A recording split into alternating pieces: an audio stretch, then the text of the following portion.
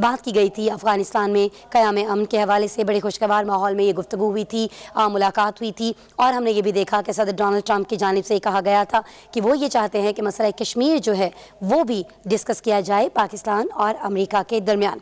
तो आपको बताएं कि वर्ल्ड इकनॉमिक फोरम जो है उसको लेकर मुख्तलिफ तकरीबात जो हैं इस वक्त जारी हैं, क्योंकि हम ये देख रहे हैं कि मुख्तलिफ आलमी रहनुमा जो हैं, मुख्तलिफ जो अहम शख्सियात हैं वो इस वक्त डिवोर्स में मौजूद हैं। मुख्तलिफ तकारीब रखी गई हैं, सेमिनार्स भी होते हुए हमें दिखाई दे रहे हैं और आज हम ये देख रहे हैं कि वर्ल्ड इकनॉमिक फोरम का खुसूसी सेशन जो है वो मुनाकिद किया गया है और उसमें मदऊ किया गया है वज़ीर आज़म इमरान खान को। यहाँ उनसे सवालात भी किए जाएंगे, सवालात के वो जवाबात भी देंगे और यकीनन ये जो सवालात हैं ये पाकिस्तान की मईशत से भी जुड़े हुए होंगे। पाकिस्तान कहाँ किस शोबे में कितनी कामयाबी इस वक्त हासिल कर रहा है वज़ीर आज़म इमरान खान के इक़्तिदार संभालने के बाद, इस पर भी बात की जाएगी। साथ ही साथ जो हमारा ख़ित्ता है उसमें अमन जो है बात की जाती है बार बार कि इसके लिए अफ़गानिस्तान में अमन का क़याम बहुत ज़्यादा ज़रूरी है, लेकिन भारत जो इस वक्त किरदार अदा करता हुआ हमें दिखाई दे रहा है यहाँ की सूरत हाल को मज़ीद बिगाड़ने के लिए, उस पर भी आज हम देखेंगे कि वज़ीर आज़म इमरान खान यहाँ पर बात करेंगे। यहाँ मौजूद जो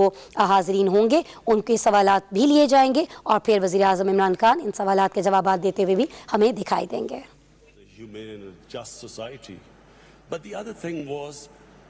As a child, I fell in love with the wilderness of Pakistan, the mountains of Pakistan. All our summer holidays were spent in the Himalayas. And so from that time onwards, what I loved about Pakistan was its wilderness, its mountains. With age, I saw these mountains, this wilderness disappearing. And especially the way we destroyed our forest cover, I always resolved the second thing, that if I ever got the opportunity, I would make sure that we preserve this God-given beauty of our country. And we start a reforestation campaign. So in 2013, my party won an election in one of the provinces, which was the former northwestern western province called Pakhtunkhwa. And that's when we started one of the most ambitious campaigns to plant 1 billion trees in 4 years. And against all odds, we did it. It was, no one first made them understand how important trees were for the future. We made the people understand that Pakistan was very vulnerable to climate change. And we appealed to the people. We involved women in the mountainous areas to grow nurseries. And it became one of the most successful campaigns in our country's history of forestation. So we planted 1 billion trees. So when I became the Prime Minister, I resolved that we would plant 10 billion trees in Pakistan in the next 4 years. And this is now our objective. The experience we learned from the KP province, we are now using that experience to grow these nurseries, involve local communities, especially involve women, because they were very good in planting, developing and planting nurseries. So, why is it important for us to grow trees? For 2 reasons. One, as I mentioned, that Pakistan is vulnerable to global warming. Secondly, in our cities, pollution has become a silent killer. So, unfortunately, there was no plan before, and our cities got very polluted, specifically Lahore, which had the pollution levels, like Delhi in India, rose high because for some reason our planners removed 70% of the tree cover of Lahore in the last 10 years. Apart from the environmental aspect now, the third thing I realized, that you cannot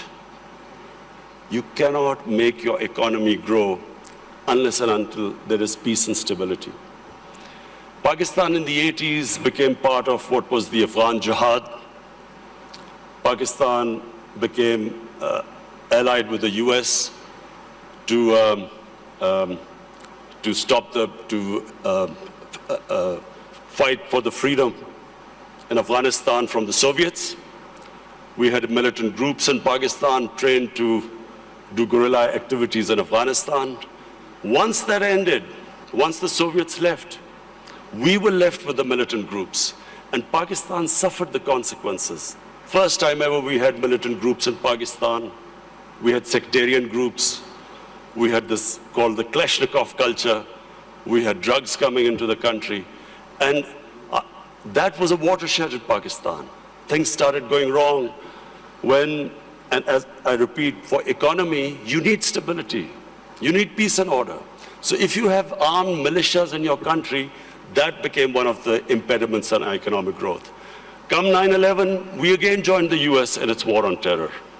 This time, the same militant groups that were created, Pakistan was required to disarm them. So again, we went through this process. 70,000 Pakistanis died in it. And of course, what was hit was economic growth. And then the image of Pakistan, a dangerous place in the world. So when I assumed power, I decided, my government decided that from now onwards, Pakistan will only partner another country in peace. We would not become part of any other conflict. We would not join any country in its conflict. And since then, we have played our part. We have tried to ease tensions between Saudi Arabia and Iran. I also tried to, between the United States and Iran, we tried to do our part, play our part in easing tensions. In Afghanistan, in the peace process now, Pakistan is partnering with the United States to get the Taliban to talk to the Afghanistan government. It is the nearest we are to some sort of a peaceful solution in Afghanistan. The third issue, economics. When my government came into power, as you mentioned, we inherited the worst economic crisis in our history. The biggest current account deficit, the biggest fiscal deficit, almost reserves which would have lasted about a month.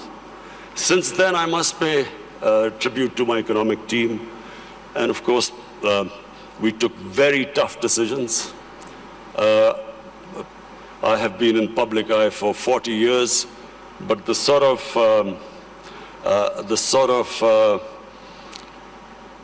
public attitude I have to face in the last 1 year, I've never faced in my life because of all these tough economic decisions we've taken. People are hurting. Naturally, when you do stabilization, you squeeze the economy, people hurt. But we have gone through this very tough period. And mercifully, our economy stabilized. The rupee that was falling, it's now, in fact, in the last few months, it's gained a bit. Our stock market has gone up. Investment in Pakistan year to year has gone up by 200%. So things are we are in the right direction, although I have to say we still have a lot of hard work to do. This year now, we are looking towards economic growth. The idea is now so that we provide employment, bring in investment in Pakistan, create the conditions. And I'm happy to say that in 1 year, according to the World Bank, that index of ease of doing business, Pakistan went up 28 points in the ease of doing business. We were in the top 10 countries which made the biggest improvement. What are the advantages of Pakistan? Number one is our population. We are 210 million people. 60% of Pakistanis are below the age of 30. This is the real strength of Pakistan. Unfortunately, we have neglected this young population because we did not concentrate on skill development, equipping them to employ themselves, become entrepreneurs, provide young people to the industry. But now we have started a program of skill development. We have partnered World Economic Forum in this program of Skill Gap, and we have laid a huge amount of money for startups. young people, encouraging them to start their own businesses. This is the first time we've done apprenticeship. We are encouraging industries now to employ young people. So this is really a big source. This is a big resource which will, we hope, one day lift Pakistan. The other advantages Pakistan have, number one, is our mineral wealth. Sadly, untapped. Pakistan is sitting on one of the most precious gold and copper reserves. Unfortunately, we've had a few issues, so these reserves have remained untapped, but we have enough reserves that we can pay off all our foreign debt. We also have one of the largest coal reserves. We have rare earth minerals. We have unexplored gas reserves. So the whole government attention now is to develop these resources. We also have very fertile agricultural land. Unfortunately, the practices which we have done, we have not really explored this potential. Our productivity is one of the lowest. So for that, we have got help from China. China has been in the CPEC, what is this, the Pakistan-China economic corridor.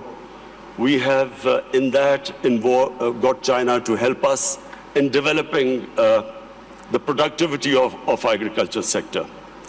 And this is, I think, one area where Pakistan can make strides very quickly, because we do have fertile land. Unfortunately, as I said, our productivity is very low.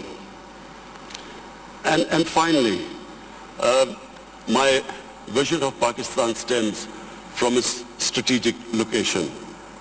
Pakistan is strategically placed, probably one of the most fortunate positions in the world. On the one side is China, one of the fastest growing markets, and of course closely allied to Pakistan. Then we have energy reserves in Central Asia, and the moment there's peace in Afghanistan, we then have access to all the markets in Central Asia. Then we have Iran, and hopefully, if things settle down, Iran also, the more we trade with Iran, both countries will benefit. The biggest neighbor, second biggest neighbor is India.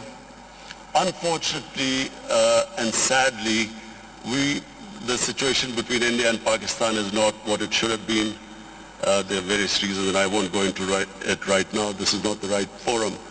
But the moment Pakistan and Indian relationship becomes normal, trade starts between the two countries, then one can imagine the location, the strategic location of Pakistan with China on one side, India on one side, and then countries with excess energy on the western side.